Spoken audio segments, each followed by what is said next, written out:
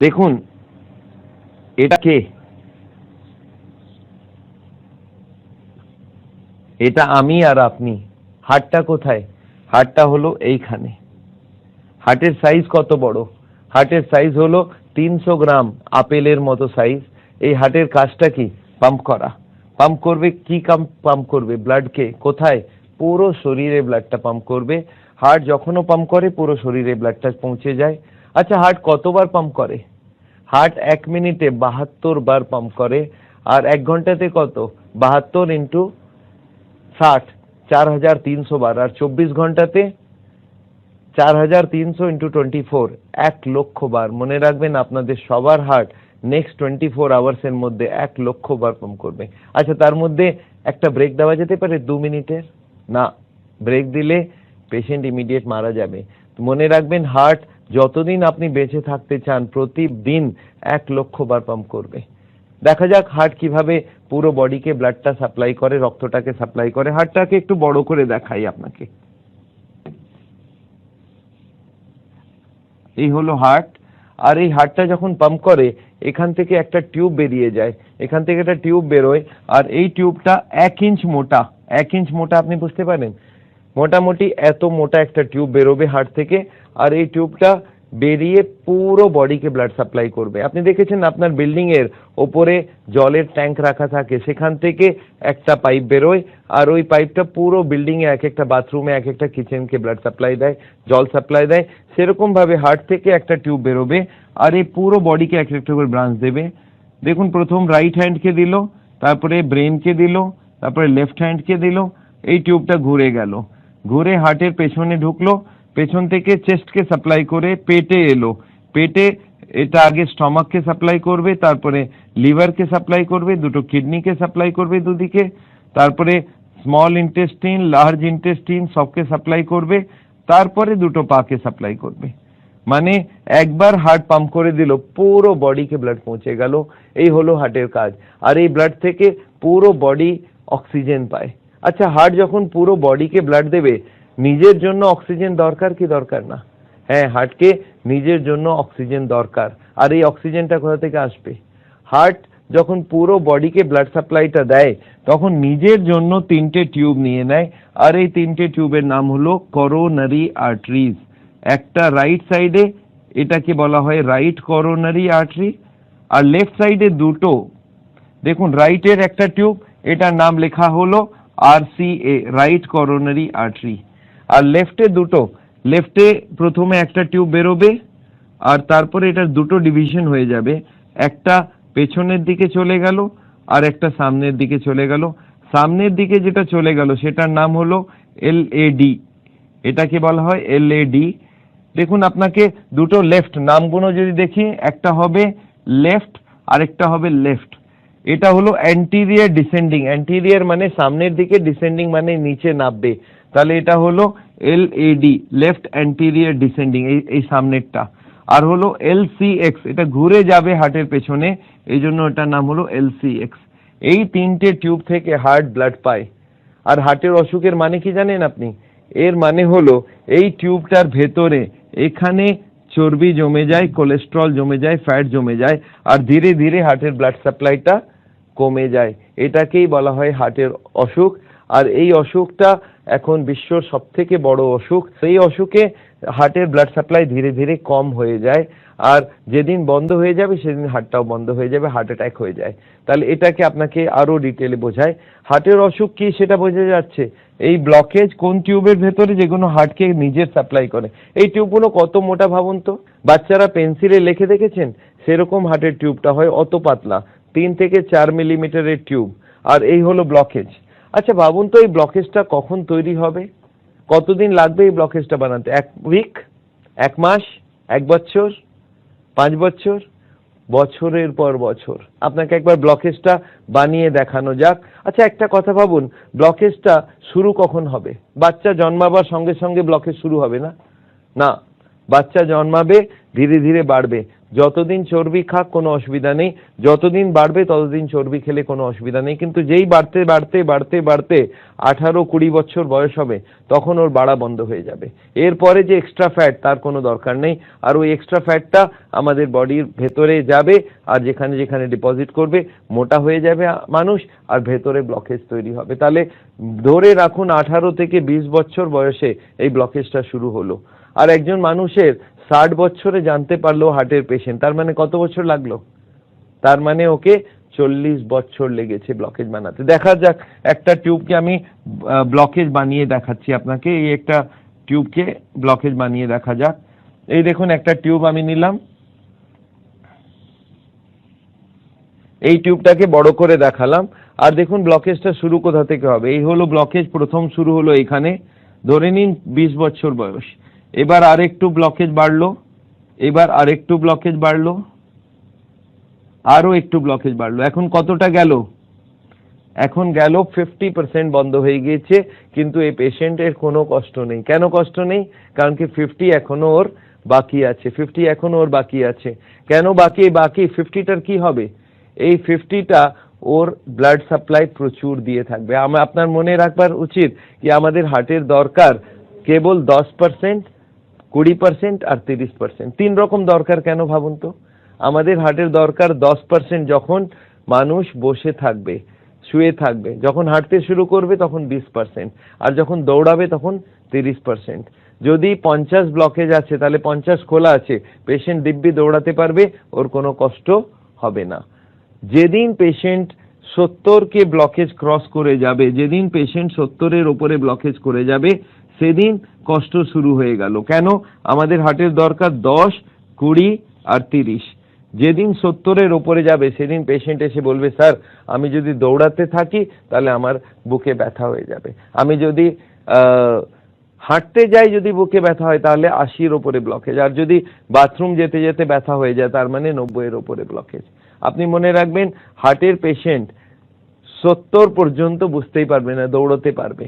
আচ্ছা, যেদিন একটা পেশেন্ট আমাকে এসে বলল, স্যার আমি যখন দৌড়াতে যাই আমার হার্ট বুকে ব্যথা হয়, বুকে চাপ পড়ে, শ্বাসকষ্ট হয়, গলায় চোকিং মনে হয়, তখন আমি আমি জানতে পারি ওর পেশেন্টের 70-এর উপরে ব্লকেজ আছে। আর যেদিন বলে হাঁটতে গিয়ে সেম কথা, সেম কষ্ট, এই কষ্টটাকে আমাদের ভাষায় বলা হয় অ্যানজাইনা। আর এই কষ্টটা এলেই আমরা বুঝতে পারি 80-এর উপরে ব্লকেজ হয়ে গিয়েছে। আচ্ছা একটা কথা ভাবুন, আমার কাছে পেশেন্ট পৌঁছবে কবে? 70-এর আগে না 80-এর পরে? পেশেন্ট আমাকে 80-এর পরে এসে বলবে, স্যার আমার অ্যানজাইনা হচ্ছে, আমার কষ্ট হচ্ছে। এই জিনিসটা আপনাকে মনে রাখতে হবে। এই হলো হার্টের অসুখ। আচ্ছা ধরে নিন 20 ব্লকেজ শুরু হয়েছে আর এটা 60 বছরে ও জানতে পারলো হার্টের পেশেন্ট, তাহলে কত বছর লাগলো? 20 বছর, 20 থেকে শুরু করে 60 পর্যন্ত এটা ব্লকেজ হয়েছে, তার মানে 40 বছর লাগলো এই ব্লকেজটা বানাবার জন্য। আর এই 40 বছরে 80% ব্লকেজ, তার মানে 2% পার ইয়ার এই ব্লকেজটা বাড়বে। এই হলো হার্টের অসুখ। আচ্ছা একটা কথা ভাবুন, এই হার্টের অসুখ কতক্ষণে আপনি বুঝতে পারলেন? তার মানে হার্টের অসুখের মানে হলো কি হার্টের নিজের ব্লাড সাপ্লাইয়ের ভেতরে ব্লকেজ হয়ে যাচ্ছে, ধীরে ধীরে হার্টের ব্লাড সাপ্লাইটা কম হয়ে যাচ্ছে, এটা হলো হার্টের অসুখ। এখন এইটাকে বুঝতে কতক্ষণ লাগলো? 5 মিনিট লাগলো আপনার। কিন্তু যদি কোনো হার্টের হাসপাতালে হার্টের ডাক্তারকে গিয়ে কেউ পেশেন্ট বলে, স্যার আমি হাঁটতে গেলে বুকে ব্যথা, ওনারা এত ডিটেইলে ভালো করে বুঝিয়ে দেবেন না। না, ওনারা বলবেন আপনাকে করোনারি আর্টারি ডিজিজ হয়েছে। আচ্ছা করোনারি আর্টারি ডিজিজ বলে দিলে পেশেন্ট বুঝতে পারবে না? পেশেন্ট কিছুই বুঝতে পারবে না। আচ্ছা করণীয় কি? পেশেন্ট কি করতে পারে? আপনার কি মনে হয় পেশেন্ট নর্মাল লোকেরা করিয়ে নেবে? এটা কেউ করাবে না। আমি ভাবছিলাম আল্লাহ এরকম কোনো টেস্ট হোক যেখানে আমাদের তার ঢোকাতে হয় না, বিনা তার ঢুকিয়ে যদি ব্লকেজ ধরা পড়তে পারে। আর লাকিলি ফর ইউ একটা টেস্ট এসে গেছে, এটার নাম হলো সিটি অ্যানজিওগ্রাফি। এই টেস্টটা লাস্ট 5-6 বছরে ওয়ার্ল্ড ভরে খুব পপুলার হচ্ছে, যেখানে কিছু করতে হবে না। আপনি যান একটা টেবিলের উপরে শুয়ে যান, টেবিলটা ভেতরে যাবে মেশিনের উপর ভেতরে। আপনি শুনেছেন কখনো ব্রেনের সিটি স্ক্যান করায়? সেভাবে হার্টের সিটি স্ক্যান করা হয়। সেখানে আপনাকে শুইয়ে দিয়ে একটা ইনজেকশন দেওয়া হবে, একটা এক্সরে নেওয়া হবে, আর উইদিন 2 মিনিট আপনি জানতে পারবেন আপনার ব্লকেজ কত আছে। আর এই পরীক্ষাটা কোনো কাটা ছেঁড়া বিনা পরীক্ষা, আর এর কস্টটাও খুব কম। এটা যদি আপনি দেখেন নর্মাল অ্যাঞ্জিওগ্রাফি থেকে অনেক অল্প দামে এই টেস্টটা করা যেতে পারে। তাহলে এই টেস্টটা আপনি নিশ্চয়ই করিয়ে নিতে পারেন। আমি কেউ আমার কাছে আসে, স্যার আমি আমার ব্লকেজ জানতে চাই, আমি বললাম আপনি নর্মাল অ্যাঞ্জিওগ্রাফি না করিয়ে আপনি সিটি অ্যাঞ্জিওগ্রাফি করান।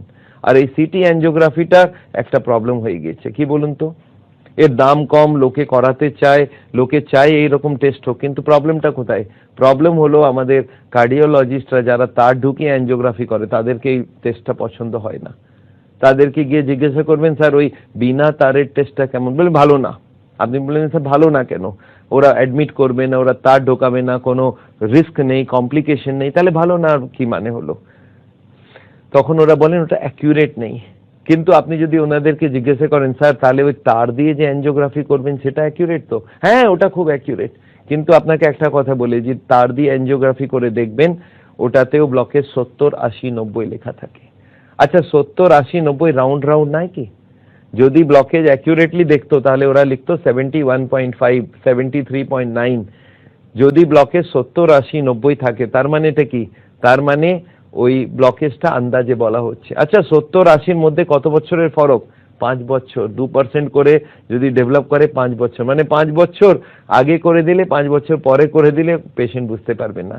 তাহলে আপনি বুঝতে পারছেন অ্যাঞ্জিওগ্রাফিটাও অ্যাকিউরেট নয়, কিন্তু কার্ডিওলজিস্টরা এখনো তার ঢুকিয়ে অ্যাঞ্জিওগ্রাফি করতে চায়। এটা আমার মনে হয় আমাদের সাওলের মনে হয় এই টেস্টটা ঠিক না। বিনা কাটা ছিঁড়া করে যদি হার্টের অসুখ ঠিক হতে পারে বা হার্টের অসুখ বোঝা যেতে পারে, এটাই সব থেকে ভালো। তাহলে এনিওয়ে আমরা এখন দুটো জিনিস বুঝলাম। একটা বোঝা গেল কি হার্টের অসুখটা কি, এই ব্লকেজটা কি করে কি হয়, আর সেকেন্ড আমরা বুঝতে পারলাম কি টেস্ট করালে এই ব্লকেজটা ধরা যেতে পারে। এখন থার্ড চ্যাপ্টারে যাই, এই ব্লকেজে সব থেকে খারাপ কি হতে পারে। ব্লকেজের অসুখ আছে, হার্টের অসুখ আছে, সব থেকে খারাপ কি হতে পারে? সব থেকে খারাপ হতে পারে হার্ট অ্যাটাক। এটাকে বলা হয় কার্ডিয়াক অ্যারেস্ট। এটাকে আমাদের মেডিকেল ভাষায় বলে করোনারি থ্রম্বোসিস বা অ্যাকিউট মায়োকার্ডিয়াল ইনফাকশন। এনিওয়ে ওই টার্মে যাবেন না, ভেবে রাখুন এটা হার্ট অ্যাটাক। হার্ট অ্যাটাক মানেটা কি একটু ভেবে দেখুন তো। হার্ট অ্যাটাকের লোকের পেশেন্টের কষ্ট কি হয়? কষ্ট হয় বুকে ব্যথা, প্রচুর বেশি ব্যথা, আর তার সঙ্গে শ্বাসকষ্ট, চোকিং। আর এটা হাঁটলে হবে না, এটা বসে বসে কষ্টটা হবে। আপনি ভেবে রাখুন বসে বসে যদি কারো বুকে ব্যথা হয়, বসে বসে শ্বাসকষ্ট হচ্ছে আর ঘাম হয়ে যাচ্ছে, তাহলে ভেবে রাখুন এটা হার্ট অ্যাটাক। কেন? क्योंकि বসে বসে ওর দরকার কেবল 10% ব্লাড সাপ্লাই, সেটাও নেই। তার মানে কি ব্লকেজ মোটামুটি 100%। হার্ট অ্যাটাকের মানেই হলো ব্লকেজ 100%। এই 100% ব্লকেজটা হতে আপনি জানেন খুব কম সময় দরকার হয়। হার্ট অ্যাটাক একটা পেশেন্ট কালকে ঘুরে পেটে বেড়াচ্ছে আর আজকে ওর হার্ট অ্যাটাক হয়ে গেল, 1 মিনিট লাগে হার্ট অ্যাটাক হতে। তাহলে আপনাকে নিশ্চয়ই আমার কাছে জিজ্ঞাসা করতে হবে স্যার এই হার্ট অ্যাটাকটা যেখানে 100 ব্লকেজ দরকার সেটা কি করে সাডেনলি হয়ে যায়? তাহলে আপনাকে আবার বোঝাই হার্ট অ্যাটাকটা কি করে হয় আর 2 মিনিটে কি করে হবে। যদি কারো 80 ব্লকেজ থাকে, ওকে 100 যদি করতে হয় তাহলে তো 10 বছর লাগা উচিত 2% করে বাড়াতে থাকলে, কিন্তু দেখা গেল 2 মিনিটের পরে হার্ট অ্যাটাক হয়ে গেছে। তাহলে কি করে হার্ট অ্যাটাকটা হয় একটু বুঝে নি। দেখুন হার্টের যে ব্লকেজটা আছে এর উপরে একটা পর্দা থাকে। এই যে পর্দাটা এটাকে বলা হয় ইন্টিমাল মেমব্রেন। আর যদি ব্লকেজ বাড়তে থাকে তাহলে পর্দাটার কি হবে বুঝতে পারছেন? পর্দাটা ধীরে ধীরে টান পড়বে, আর পর্দাটা টান পড়তে পড়তে একদিন পর্দাটা ছিঁড়ে যাবে। আর ছিঁড়ে যাওয়ার সঙ্গে সঙ্গে কি হবে জানেন তো? এখানে এখানে কি যায়? এখানে যাচ্ছে ব্লাড, এখানে যাচ্ছে রক্ত।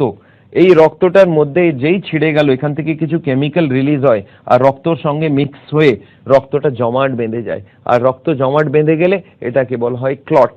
আর এখানে একটা যদি ক্লট এসে গেল, এখন কত ব্লকেজ হয়ে গেল ভাবুন আপনি।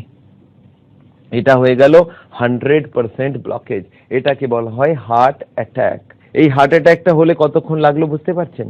এই ক্লটিং হতে যতক্ষণ টাইম লাগে।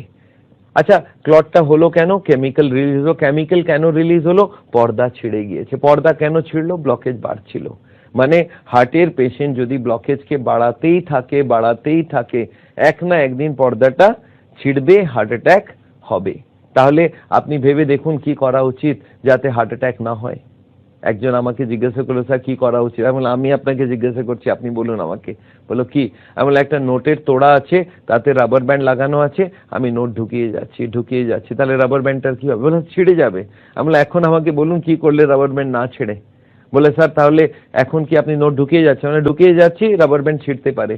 বলে স্যার এখনো ছেড়েনি। আমি বললাম না এখনো ছেড়েনি। তাহলে স্যার এখন নোট ঢোকানো বন্ধ করে দিন। তার মানে কি, ব্লকেজ যদি বাড়ানো বন্ধ করে দেন তাহলে পর্দাটা ছিঁড়বে না, হার্ট অ্যাটাক হবে না। আর ওই পেশেন্ট আরেকটা কথা বলে, স্যার আরো ভালো হয় যদি কিছু নোট বার করে নিন, যদি কিছু এখান থেকে চর্বি বার করে নেওয়া হয় তাহলে রাবার ব্যান্ডটা ঢিলে হয়ে যাবে আর কখনো হার্ট অ্যাটাক হবে না। তাহলে আপনি বুঝতে পারছেন হার্ট অ্যাটাকটাকে রোকবার জন্য সব থেকে ভালো উপায় কি? কি ব্লকেজ বাড়ানো বন্ধ করো আর ব্লকেজটাকে কম করা শুরু করে দিন, তাহলে হার্ট অ্যাটাক কখনো হবে না। এটাকে আমরা বলি প্রিভেনশন অফ হার্ট ডিজিজ। যদি ব্লকেজকে বন্ধ করে দিলেন বাড়ানো, আর রিভার্সাল মানে ব্লকেজটাকে কম করা যেতে পারে। তার মানে হার্টের পেশেন্ট যদি ব্লকেজকে বাড়ায় না আর কম করতে থাকে, রিভার্স করতে থাকে, তাহলে ওর হার্ট অ্যাটাকের চান্স একদম শেষ হয়ে যাবে। আর এটাই আমি হার্টের পেশেন্ট, আমাদের দর্শকদের যাদের হার্টের পেশেন্ট আছেন তাদেরকে বলবার জন্য আমি এই ক্লাসটা করছি, কিভাবে পেশেন্ট হার্টের অ্যাটাকে চলে যায় আর কি করলে হার্ট অ্যাটাকটা কখনো হবে না। এনিওয়ে, তাহলে আপনি এখন তিনটে জিনিস বুঝতে পারলেন, হার্টের অসুখ কি, হার্টের অসুখের কি কি টেস্ট করা যেতে পারে, আর হার্ট অ্যাটাক ব্যাপারটা কি, হার্ট অ্যাটাকটা কি করে হয়, আর কি করে হার্ট অ্যাটাকটাকে রোকা যেতে পারে। এখন আসা যাক ফোর্থ চ্যাপ্টারে, স্যার কি করা উচিত যাতে ব্লকেজ না বাড়ে আর ব্লকেজ রিভার্স হয়। এর জন্য আমার মনে আছে একবার আমি জিজ্ঞাসা করলাম একটা মানুষকে, খুবই বুদ্ধিমান লোক, ওকে আমি জিজ্ঞাসা করলাম স্যার কি করা উচিত যাতে ব্লকেজ বেড়ে না যায়, ব্লকেজ কমে যায়। উনি আমাকে একটা সিম্পল কোশ্চেন জিজ্ঞাসা করলেন, স্যার এই যে কালো কালো আপনি ড্র করেছেন যেটা ব্লকেজ, এই ব্লকেজটা কি মেটেরিয়াল দিয়ে তৈরি? আমরা তাহলে কি করবেন? বলে এই মেটেরিয়ালের সাপ্লাই বডিতে বন্ধ করে দেব। আপনি বুঝতে পারছেন কত সিম্পল জিনিস। এই যে ব্লকেজ যেটা আছে কি দিয়ে তৈরি হয় এই ব্লকেজটা, আর যদি আমরা এটা জানতে পারি এই ব্লকেজটা কি দিয়ে তৈরি আছে, ওই দুটোর সাপ্লাই যদি বন্ধ করে দিই তাহলে ব্লকেজ কখনো হবে না আর ব্লকেজ বাড়বে না। তাহলে এই কি জিনিস জমে সেটা আপনাকে বোঝাতে চাই। দুটো জিনিস জমে, একটার নাম হলো কোলেস্টেরল আর একটার নাম হলো ট্রাইগ্লিসারাইডস। আপনি শুনে থাকবেন দুটো নাম। কোলেস্টেরলটা তো খুবই কমন নাম, প্রতিটা মানুষ শুনেছে, কোলেস্টেরল জমে যায় হার্টের ভেতরে। তাহলে এই দুটো জিনিসের নাম এখন মনে রাখতে হবে, একটার নাম হলো কোলেস্টেরল আর একটার নাম হলো ট্রাইগ্লিসারাইডস। ট্রাইগ্লিসারাইডস এই দুটো আইটেম যদি আপনার রক্তর ভেতরে বেশি থাকে তাহলে ওটা ব্লকেজ তৈরি করবে। তাহলে হার্টের পেশেন্টের প্রথম কি করা উচিত? এই দুটোকে বোঝা উচিত। আপনার রান্নাঘরের মধ্যে এই দুটো জিনিস যদি থাকে আর এটা যদি আপনি খান তাহলে ব্লকেজ বাড়তে থাকবে, আর ব্লকেজ যদি বাড়ে একদিন হার্ট অ্যাটাক হবে। তাহলে এখন এই দুটোকে বোঝা যাক, কোলেস্টেরল কি আছে, ট্রাইগ্লিসারাইড কি আছে। তাহলে শুরু করি। এখন এই ট্রাইগ্লিসারাইড ব্যাপারটা কি? ট্রাইগ্লিসারাইড আপনাদের সবার রান্নার ঘরের মধ্যে থাকবে, আর এটার বাড়ির নাম, এটা যেটা বাসার নাম, সেটার নাম হলো তেল। কোন তেল?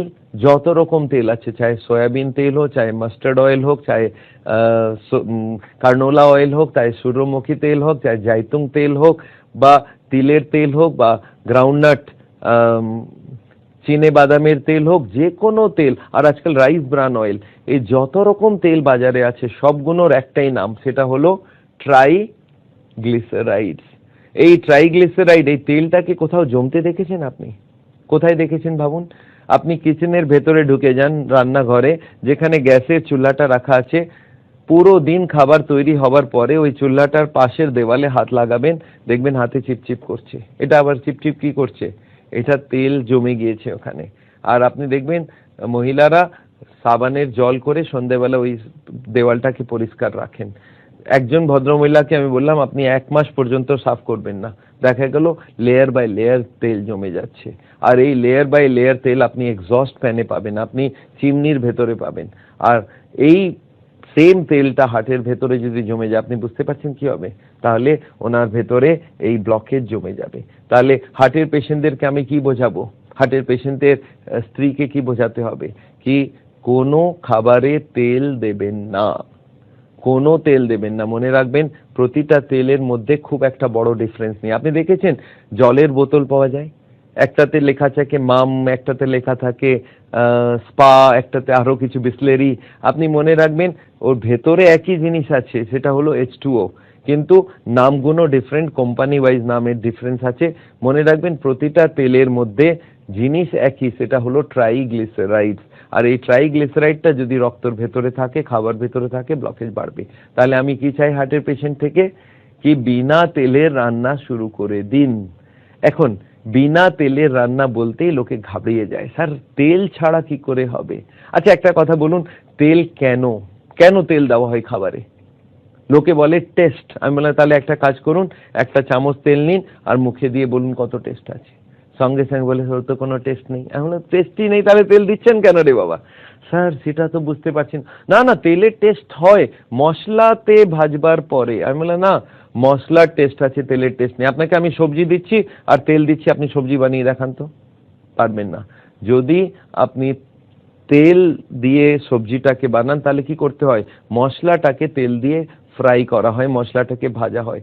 আর আমি ভাবতে লাগলাম কোনো এমন কিছু থাকে যেটা হার্টের অসুবিধা করবে না, কিন্তু মশলাটাকে ভাজতে ইউজ করা যেতে পারে, এমন কি লিকুইড হতে পারে, ভাবতে পারেন? আর সাডেনলি আমি রিয়েলাইজ করলাম সব থেকে ভালো যে জিনিসটা আমাদের কাছে আছে সেটা হলো পানি। যদি মশলাটাকে পানি দিয়ে ভেজে নেওয়া যাক তাহলে আমাদের কোনো অসুবিধা হবে না। তার মানে মশলাটাকে যদি মশলার টেস্ট আপনি মনে রাখবেন, নুনের টেস্ট, মরচের টেস্ট, হলুদ আর জিরে আর ধনে আর পেঁয়াজ আর টমেটো আর আদা আর রসুন, এই সব মশলাগুলো, এই মশলাপাতির টেস্ট আছে, তেলের কোনো টেস্ট নেই। এই মশলাটাকে ভাজবার জন্য আমাদের মাথাতে ঢোকানো হয়েছে তেল দিয়ে ভাজতে হবে। এই ব্যাপারটা আপনি বাদ দিন, তেল দিয়ে ভাজতে হবে না, মশলা সব থাকবে, সেটাকে পানি দিয়ে ভাজতে হবে। আর এই পানি দিয়ে ভাজে কি করে, তার জন্য আমরা ক্লাস করি। আমি হার্টের পেশেন্টের স্ত্রীদেরকে এটা শেখাই কিভাবে পানি দিয়ে মশলাটাকে ভাজা যেতে পারে। আমি ওদেরকে জিজ্ঞাসা করি আপনি তেল চান না টেস্ট চান? স্যার টেস্ট চাই। আমি বলি টেস্ট তো মশলা থেকে আসবে আর ওটাকে ভেজে নেবার পরে টেস্ট আসবে, কিন্তু পানি দিয়ে ভাজতে হবে। লোকে বলে পানি মানে পানি দিয়ে কোনো তেল ইউজ করবেন না। আমি দেখলাম তাহলে পানির নাম বদলে দেওয়া যাক, আমি ওটাকে বলি সাউল অয়েল। আমাদের সাউলের নাম থেকে সাউল অয়েল, তার মানে এখন থেকে এই অয়েলটা আপনাকে বাড়িতে ফ্রি সাপ্লাই দিয়ে দিলাম। এখন জিরো অয়েল মানে হলো পানি দিয়ে মশলাটাকে ভাজা, তার মানে সাউল অয়েলে ভাজা। আপনি যেরকম ভাবে নিতে পারেন, কিন্তু মনে রাখবেন আমরা এরকম হাজারে হাজারে ডিশ তৈরি করেছি, খুব ভালো রেসিপিস তৈরি করেছি যেটা বিনা তেলে রান্না হবে, টেস্ট সেম টু সেম থাকবে। কেবল দিমাগটা একটু চেঞ্জ করতে হবে কি মশলাটাকে ভাজতে হবে বিনা তেলে। আমি এরকম দেখেছি অনেক মহিলারা এই মাথাটা ইউজ করে ওই মাথার সেটিংটাকে চেঞ্জ করতে চায় না। আমি দেখেছি একজন হার্টের পেশেন্টকে আমি বুঝিয়ে দিলাম কি আপনি ট্রাইগ্লিসারাইড খাবেন না, উনি গিয়ে নিজের স্ত্রীকে বলেছেন কি কাল থেকে খাবারে কোনো তেল দিও না। আচ্ছা স্ত্রী মেনে যাবে না? না, মানবে না। না কি করে হবে? না আমি তেল চাই না। তখন উনি কি বলেন, আমি এতটুকু দেবো, অর্ধেক করে দিল। তারপরে হাজবেন্ড আবার বলেছে না, না মানে না। আচ্ছা এতটুকু দেবো। আবার হাজবেন্ড বলে না মানে একদম না, একটা ড্রপও দিবে না। বলে এতটুকু দিব, টাচ করে দিব। কেন এরকম করছেন? আর এরপরে যদি হাজবেন্ড বলে তুমি আমাকে মারতে চাও, তাহলে উনি বলেন না না না এরকম কথা বলবে না। আচ্ছা ঠিক আছে আমি কাল থেকে বিনা তেলে তৈরি করব। এখন কি করে জানেন তো, তেলটাকে সরিয়ে দিল আর মশলাটাকেও সরিয়ে দিল। এখন থাকলোটা কি, বয়েল করা সবজি। বলে বয়েল করা সবজি খাও। আরে টেস্ট কোথা থেকে আসবে রে বাবা? মশলাটা বাদ দিলেন কেন? বলে না তেল ছাড়া মশলা ভাজা যায় না। এটা কে বলেছে? আল্লাহ বলেছে? না, তিনি কেউ বলেননি। মশলাটাকে ভাজবার যে কোনো পদ্ধতি আপনি ইউজ করুন, কিন্তু তেল দিয়ে হবে না। তাহলে আমরা এখন কি শেখাচ্ছি, মশলাটাকে ভাজুন কি দিয়ে? বিনা তেলে, পানি দিয়ে।